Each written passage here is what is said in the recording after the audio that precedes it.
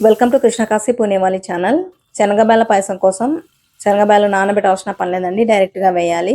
1 cup శనగబేలు నీట్గా wash చేసిన తర్వాత 3 కప్పులు నీళ్లు పోసి 2 విజిల్స్ వచ్చేంత వరకు ఉడికించి పక్కన ఉంచుకోవాలి. ఇప్పుడు అదే కప్పుతో సగం కప్పు సగ్గుబియ్యం తీసుకొని మునిగే వరకు నీళ్లు పోసి పక్కన ఉంచాలి. కుక్కర్ విజిల్స్ వచ్చి ఆవిరంతా అయిపోయేలోపు సగ్గుబియ్యం నానిపోతాయండి. ఇప్పుడు ఒక పాత్రలో 2 కప్పుల నీళ్లు పోసి బాగా మరిగిన తర్వాత నానబెట్టిన సగ్గుబియ్యం వేసి ఉడికించుకోవాలి.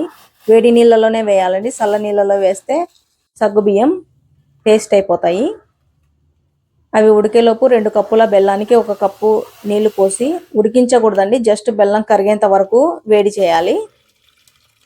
ఇలా పలుకుగా ఉడికిన శనగబేళ్ళల్లో కరిగించిన బెల్లం ఇలా వడగట్టేసేయాలి.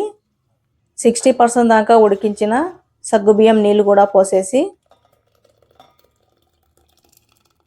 2 యాలకులు దంచి వేయాలి.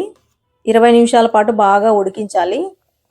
ఇప్పుడు ఇందులోకి కొంచెం డ్రై ఫ్రూట్స్ వేయించి పక్కన ఉంచుకొని 1/2 కప్ సేమియా కూడా వేయించుకోవాలి. సేమియా ఆప్షనల్ అండి, మీకు ఇష్టమైతే వేయచ్చు, లేదంటే లేదు.